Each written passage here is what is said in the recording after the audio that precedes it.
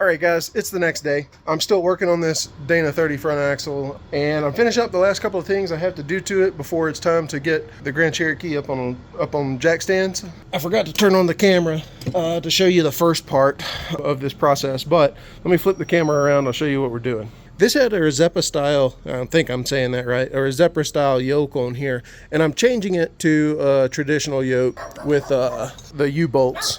What you have to do when you're doing that, you don't want to completely pull the carrier out and everything. Let me just put it like this. There's the right way to do something like this, there's the wrong way to do something like this, and then there's the way I do it. And yes, I stole that directly from Colt over at Colt Builds It, but it's an accurate statement of most home shade tree mechanics.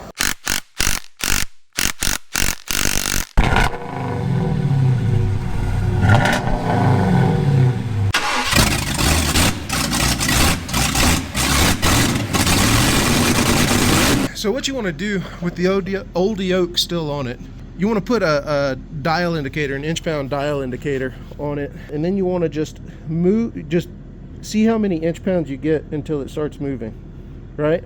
And right now I'm getting about 6. When I pulled the old pinion yoke off, I was having about 7.5. So what you do is you just tighten that pinion nut in increments. I usually go about 1/16 of a turn at a time because it's real easy to get into that crush sleeve and start crushing it more, which is going to mess up your preload and your backlash and all that. So basically what I'm doing is putting my socket on my big 1/2 inch socket wrench breaker bar, getting this all lined up, and then I'm just turning this like I said, like 1/16 of an inch. So it's kind of hard to do.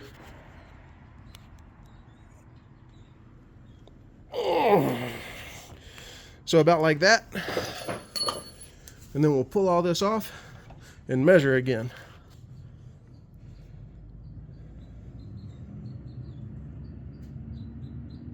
All right, we're about at 7 now, so we're real close. So I'm probably going to give this one more turn and see where we're at. But basically that's how you,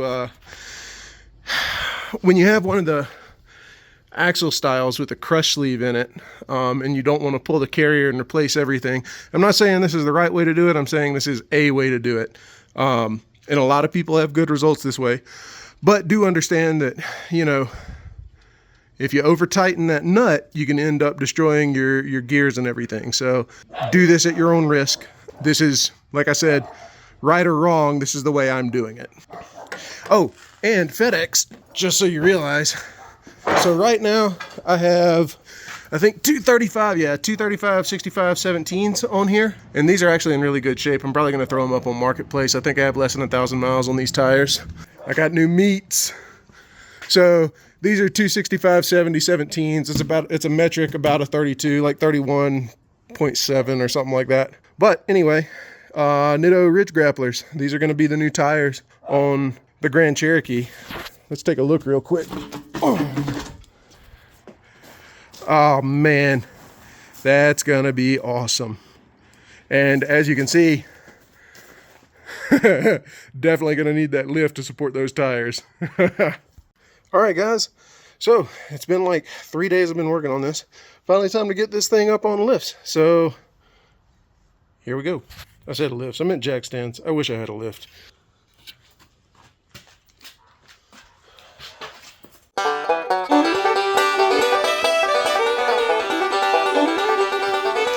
All right, now that I got this secured on the jacks, I'm going to go ahead and buzz the wheels off after I set my parking brake, and then we can jack it as high up as we can and actually put jack stands under it.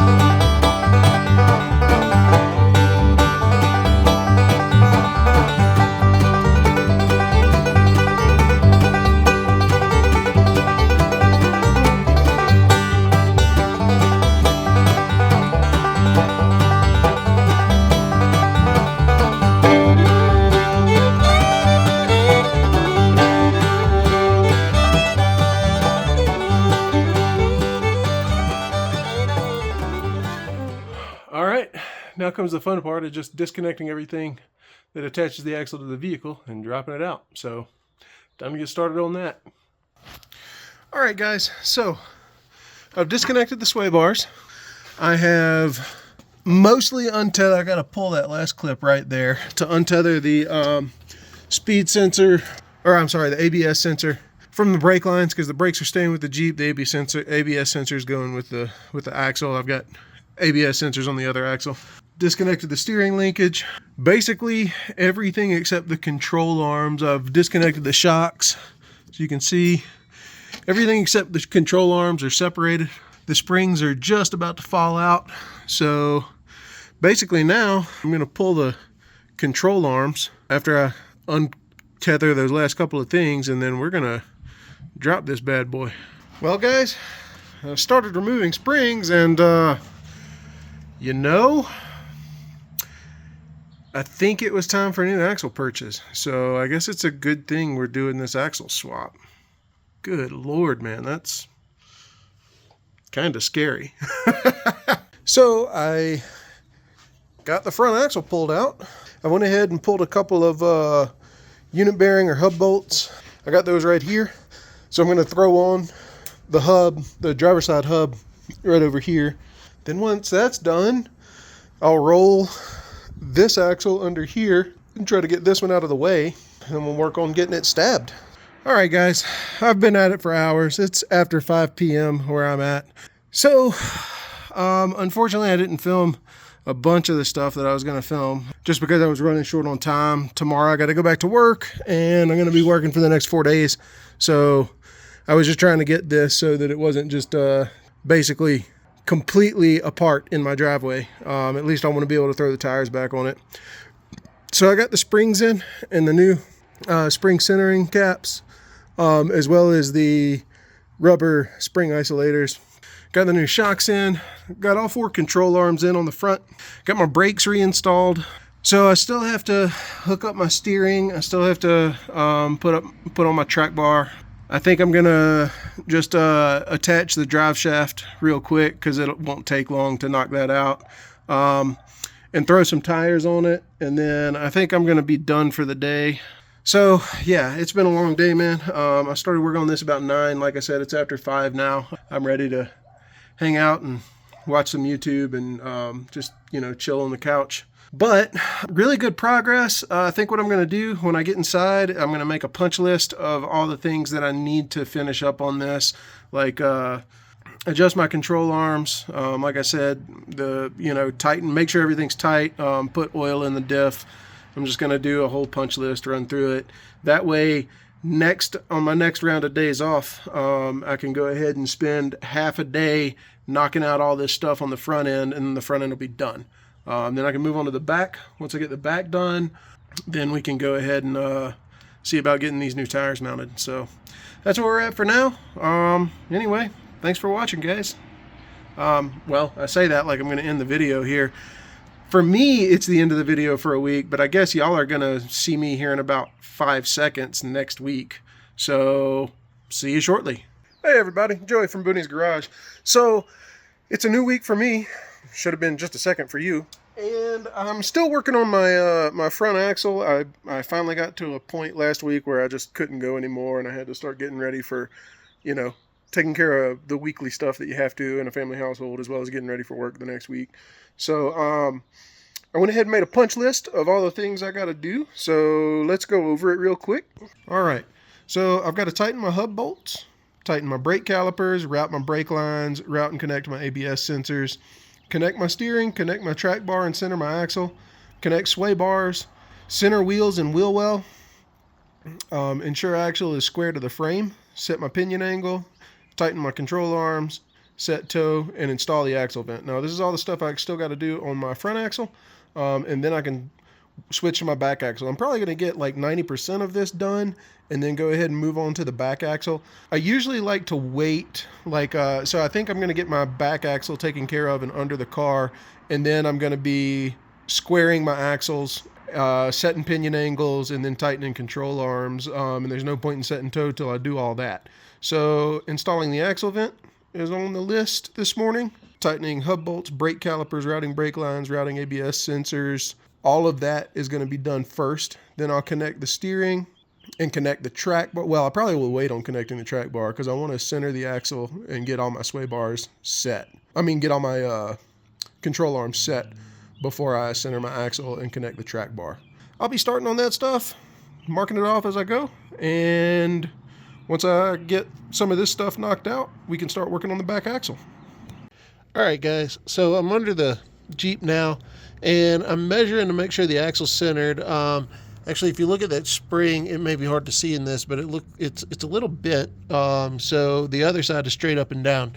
So I'm pretty sure the axle's not square. And if you look at this, on this side, the axle is showing 35 from the skid plate bolt to the center of the bottom control arm mount on the axle.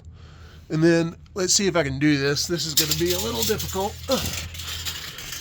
All right, I'm going to set you down for a second while I get the rest of this set up. But yeah, this is super fun. There's not a lot of room to work and film under here. But we'll set this up. All right.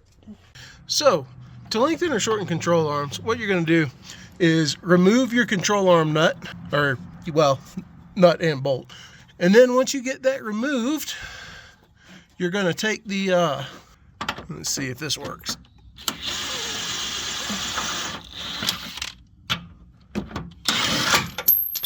Well, that's going to be fun getting back on.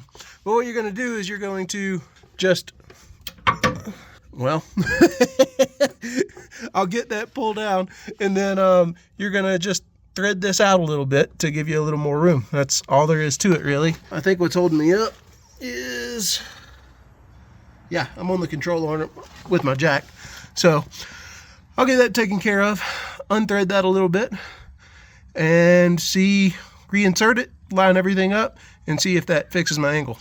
Hey everybody, today's a new day. Yesterday was an exercise in frustration. Let me run down my list. I'll tell you what I got done.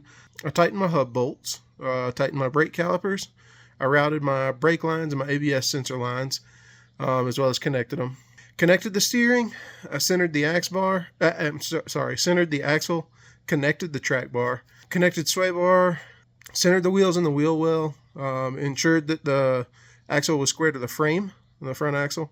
I set my pinion angle, I got it at 6.9 degrees, 7's recommended, plus or minus a degree, so it's right there. Tightened my control arms on the front end, I set my toe, installed an axle vent, and added my steering stabilizer to the front. So we'll just slide under here real quick to give you a look. So I got all my steering connected. You can see from the pipe wrench marks on the steering, or some of the linkage here. I was on the struggle bus yesterday, man. So my joints on the steering I had were good, so that's why I didn't replace my steering. But the threads were in pretty rough shape. They were rusty and needed oiling, and yeah, just a pain. But I got the front end done. The front end is together. The only thing I got to do is fill the diff with oil. I haven't done that to either diff yet. You like to do that last so I don't accidentally spill oil everywhere while I'm trying to put an axle under. So the last thing I do before I drive it will be put gear oil in the diffs. So now that that's done, I can go ahead and start working on the rear axle. So let me show you what I got here. The first thing I'm going to do is disconnect the brakes, because I'm actually swapping all the brake hardware over to this new axle. What I have here is the old brake line off the front axle, and what I'm going to do is connect it to the rear output line, and then down on the other end at the banjo fitting, I've just got a bolt through there. I got a bolt through there with copper washers on either side, crushed in really tight. So I'll get this attached, and hopefully that'll keep it from leaking. And then I'll start disconnecting everything, like my ABS sensor. And what I'm going to do is drop that axle completely out. I'll bring it over here with this axle, strip all the brake components off, and build this axle on the bench. That way I don't have to fight brake lines and everything while I'm down on the ground. And then once I get this axle built, then we can roll it under a Grand Cherokee and connect everything back up. All right, guys, I've removed all the brake hardware. You can see it hanging here. I took the brake line and disconnected it at the frame right there. So I disconnected it at the frame at that junction right there. my creepy finger with my band-aid on it. I disconnected that junction right there and just attached an old front brake line to it, and that way it keeps my brakes from leaking everywhere. So now that that's done, the next step is I'm going to remove shocks, I'm going to remove sway bars, and then after shocks and sway bars are done, we can start pulling control arms. All right, guys, so we got the rear axle out from under here. Honestly, after the fiasco that I had spending days and days on the front, I was very surprised at how easy this came out. Really no problems. I was pretty happy with it. So I pulled the rear axle and it's right over here. I stripped the sway bar, I stripped the brakes. Yeah, so went ahead and moved all those over to the Dana 44 over here. So you can see sway bar, brakes. The spring pockets on this one were kind of crusty, so I hit them with a wire wheel and got all the, the surface rust off, and then just hit them with some paint. It's paint and primer in one, just to kind of help prevent it from rusting through quick. So yeah, I'm gonna get a sawhorse and put a sawhorse here so I can rock the axle onto it and then swing the axle off and get it down on the ground so we can get it moved under the Jeep. Hey guys, so if y'all been following along with this build in this channel, for you, between these takes, it's like, half a second. For me, this has been, I think, 3 weeks to a month. I've been working on this in my off time and between doing family stuff and stuff that's required. And so it's been a process. I haven't got a chance to film it all. I'm sorry about that, but this is where we're at right now. So I got my Jeep, I got the lift installed, my 4-inch Iron Rock off-road lift kit. I did a driveway alignment. With straight axle vehicles, they're really not that hard to align, so got that taken care of. Got new drive shafts by Tom Woods. Hard to see, but there's one under there and there's one hidden behind the muffler back there. New drive shafts in. I got my Nitto ridge grapplers installed. These are metric 32s, 265/70/17s. Got everything dialed in. It's actually driving really nice. There it is, old Tom Woods, man, makes the best shafts in the business. So where we are right now, this stage of the build, is I've got it back driving, back functional. There's a couple little things I need to swap off of the other axle. When I say a couple, literally 2 things. I got to pull the ABS sensors. That's the rear axle. I got to pull the ABS sensors off this front axle and swap them over to the other axle, because the ones that were on that axle, apparently one of them's bad because I'm getting a ABS sensor warning. Next week, or 2 or 3, whenever I finish it up, I'll bring you back. That's the new rear bumper. It's from Rock Hard. And I've got a front bumper on order from HK Off-Road. I got a new winch with a synthetic line to go in. And I'm going to order a roof rack. But yeah, we'll bring you back in a couple of weeks once I get to that part and show you where we are there. At any rate, thanks guys for following along with this build. Even if, like I said, I'm sorry I didn't get everything. But, I tried to get a good bit of what I was doing on it. So we appreciate you. Thank you for watching. God bless.